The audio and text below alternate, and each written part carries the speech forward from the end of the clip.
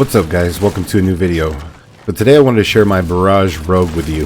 Now this build absolutely smashes. This build is very strong. I mean, it's comparable to the Twisting Blades build that I have. Actually, it might even be a little bit stronger than the Twisting Blades build overall. It's really defensive, does a lot of damage, has great single target. I mean, I drop bosses super quick, and you'll even see in this tier 53 map right here, I drop the boss in pretty much no time.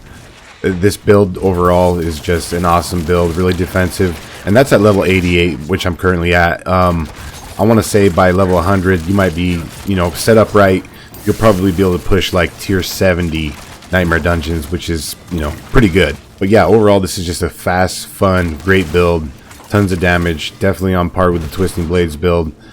Maybe even better, to be quite honest with you. We don't use combo points, some people do with this build. We just stack lots of damage and hit really hard. But anyways, let's get right into it.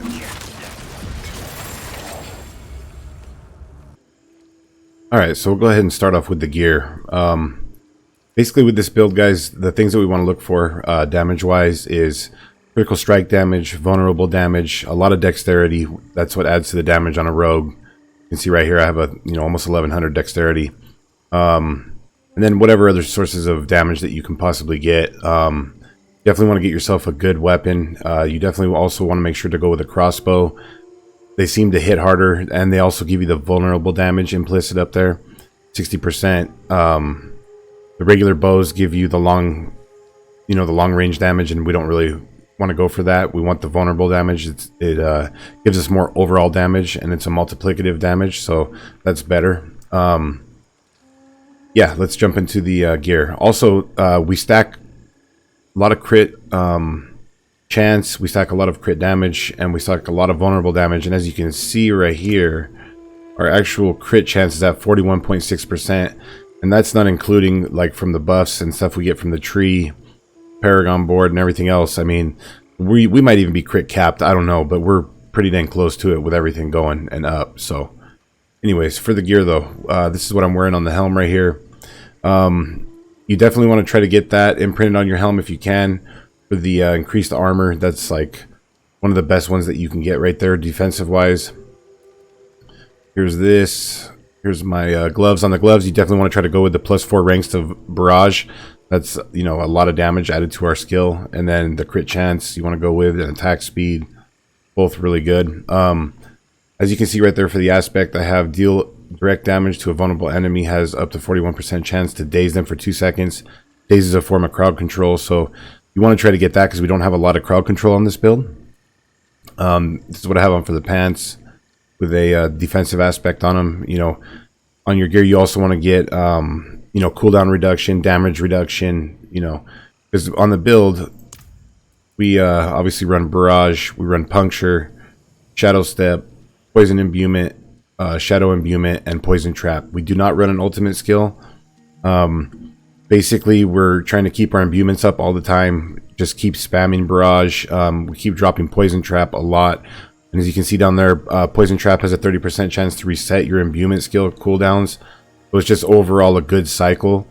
Anyways, where we're at, into the boots. The boots, if you have these, you want to use the Pendant Greaves. Down there, you leave behind a trail of frost that chills enemies. You deal 10% more damage to chilled enemies. That's a huge damage boost. That's 10% more damage. So basically, whatever damage you're doing, you're gaining 10% extra damage overall. So these boots are huge for the build if you can get them. Obviously, this is my crossbow, pretty good damage, and then the stats are awesome on it. Dexterity, ton of all stats, vulnerable damage, core skill damage, just great. And then we have Edge Masters right there for the aspect on here. My necklace is pretty nice. We got 3 ranks to exploit, energy cost reduction, which we definitely want to try to get. Energy is always a problem pretty much on every build on Diablo 4, so you want to get energy cost reduction. On the ring right here, we have life, damage, crit chance. You want to get those, on your rings if you can. You can get this aspect right here, killing a vulnerable enemy, which we are always making all enemies vulnerable with a node in the Paragon board that I'll show you in just a bit. But anyways, you want to try to get this aspect. Anytime you make an enemy vulnerable, you get 62% increased energy regeneration, you know, basically between 50 and 70%. So that's awesome. Right here we have you know, another nice ring, a lot of life, damage, crit chance, resource regeneration, and then we also have the aspect restore 3 of your primary resource when you crowd control an enemy. Down here, basically in this build, these are just stat sticks, so you want to try to get as many good stats as you can on there. Vulnerable damage, dexterity, all stats, crit chance, or crit damage, you know, and then get yourself some nice aspects on there too for more damage.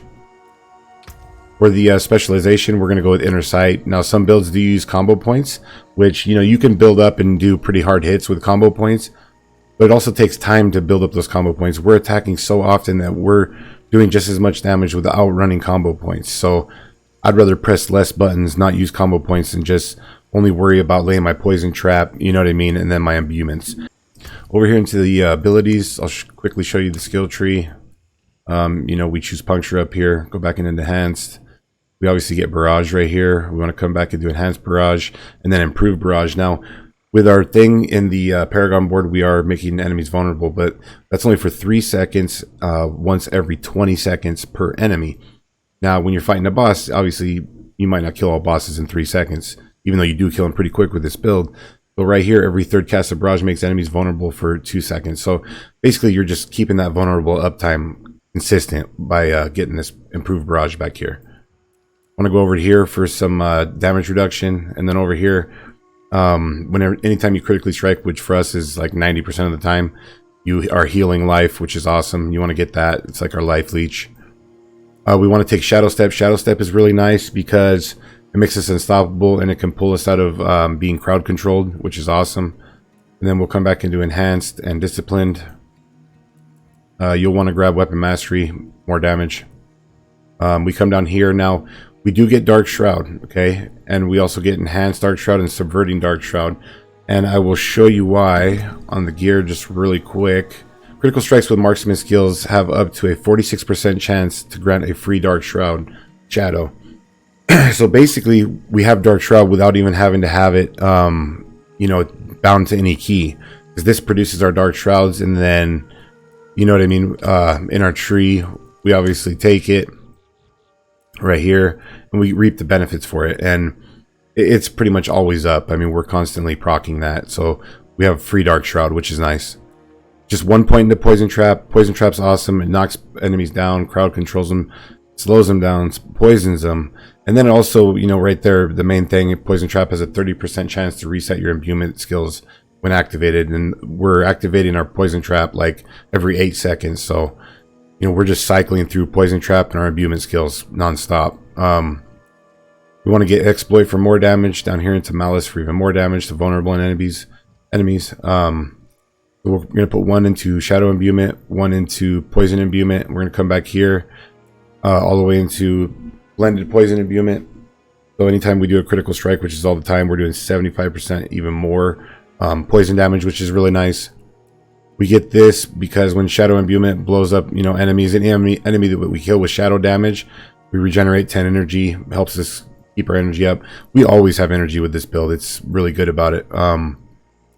Get 1 into Deadly Venom, 1 into Alchemical Advantage for attack speed, and then Debilitating Toxins.